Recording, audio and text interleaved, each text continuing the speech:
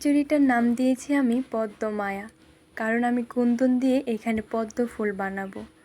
চলো চুড়িটা বানাতে বানাতে তোমাদের সাথে কিছু কথা শেয়ার করি। এখন প্রায়ই দেখি যে কিছু কিছু পেজে বলা হয় 500 টাকা দিয়ে কন্দনের চুড়ি বিজনেস স্টার্ট করা যাবে। আসলে কি 500 টাকা দিয়ে চুড়ি বিজনেস করা যাবে, বা যে কোনো বিজনেস করা যাবে 500 টাকায়? তো 500 টাকা দিয়ে তোমার কয় সেট চুড়ি, কতটুকু কুন্দন কিনা যাবে? এখন কুন্দনের প্রাইস যে পরিমাণ বেড়েছে, সেখানে 500 টাকা দিয়ে কি আদৌ বিজনেস করা যাবে? তোমার কি মনে হয়, এই কথাগুলো কি ঠিক যে 500 টাকা দিয়ে একটা বিজনেস শুরু করে?